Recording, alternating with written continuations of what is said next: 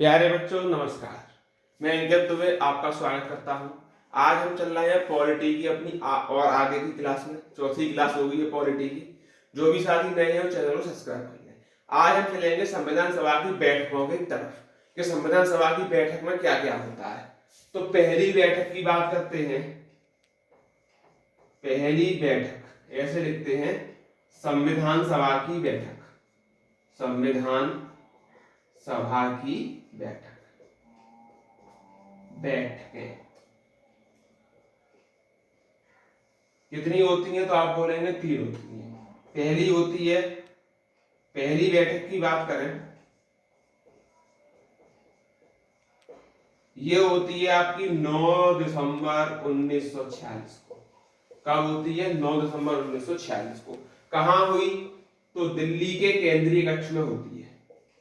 दिल्ली के केंद्रीय कक्ष में होती है। अब केंद्रीय कक्ष में होता क्या है कि संयुक्त अधिवेशन की बैठकें की जाती हैं। तो पहली बैठक मालूम पड़ी। अच्छा, इसमें बैठक में क्या होता है? इस बैठक में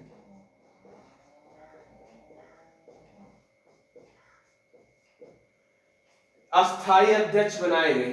ठीक, कौन बनाए गए वो भी बताना है। तो सच्चिदानंद सिन्हा में सच्चिदानंद सिन्हा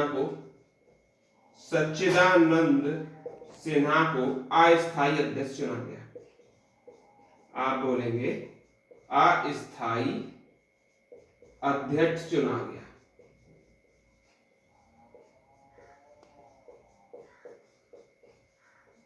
सब कुछ लोग कहते हैं वरिष्ठ अध्यक्ष थे, तो वरिष्ठ थे यानी वरिष्ठ थे, तो वरिष्ठ शब्द किसने दिया? वरिष्ठ शब्द सच्चिदानंद के लिए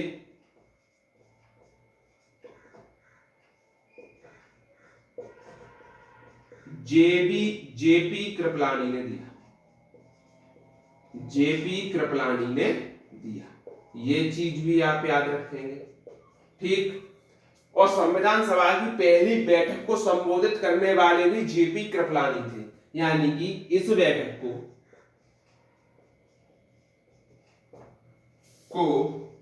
संबोधित करने वाले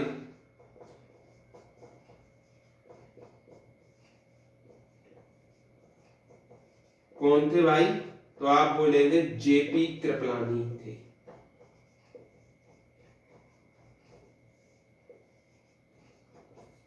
ठीक, एक पॉइंट नोट डाल के लिखेंगे कि इस बैठक में मुस्लिम लीग ने भाग नहीं लिया। इस बैठक में मुस्लिम लीग ने भाग नहीं लिया। ये पॉइंट है और आता है, मुस्लिम लीग ने भाग नहीं लिया।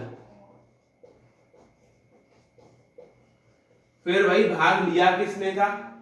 तो कुल 207 सदस्यों ने भाग लिया था। आप बोलेंगे कुल 207 सदस्यों ने भाग लिया। ये आप बता देंगे। और इस बैठक में क्या क्या हुआ आगे बताते हैं, देखते चलें।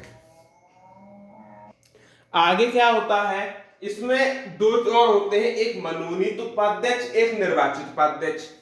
मनोनीत उपाध्यक्ष कौन होते हैं? तो फ्रैंक एंथनी, याद रखेंगे।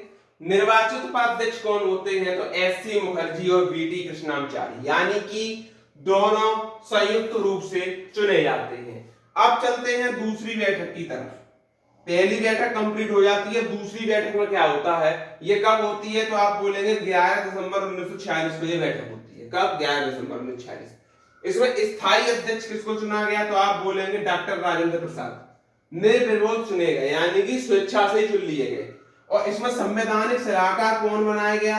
तो बी.एन. राव। वो कहां थी? तो ये बैठक भी दिल्ली में सभी संविधान सभा की बैठकें हुई थी। इतना याद रखना है। और दूसरी बैठक के बाद 2 पॉइंट याद रखने हैं। ठीक, आगे चलते हैं। देखिएगा, तीसरी बैठक होती है 13 दिसंबर 1946। केवल डेट याद रखनी है, अदरवाइज इसमें कुछ नहीं पूछा जाता, केवल बैठक की तिथि पूछ ली जाती है।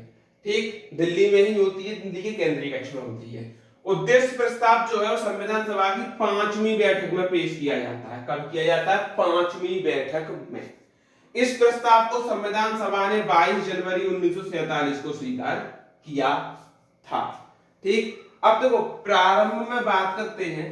प्रारंभ में संविधान में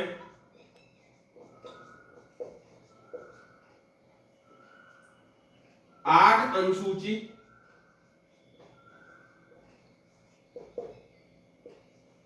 20 भाग व 395 अनुच्छेद थे, ये आप जानते होंगे।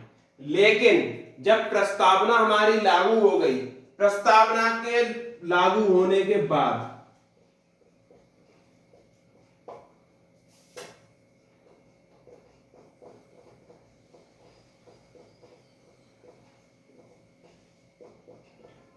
बारह अनुसूचियां हो गई, 12 अनुसूची, 22 भाग और अनुच्छेद रहे 395 ही। ठीक है।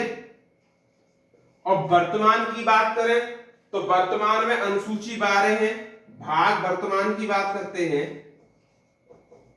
जो 22 थे, इसमें जोड़े 3, ये हो गए हैं 25, और 395 में कुछ ऐड करो, ये 448 हो गए। कितने हो गए? 448, यानी कि 53 अनुच्छेद बढ़े हैं। इतना आप लोगों को और याद रखना है।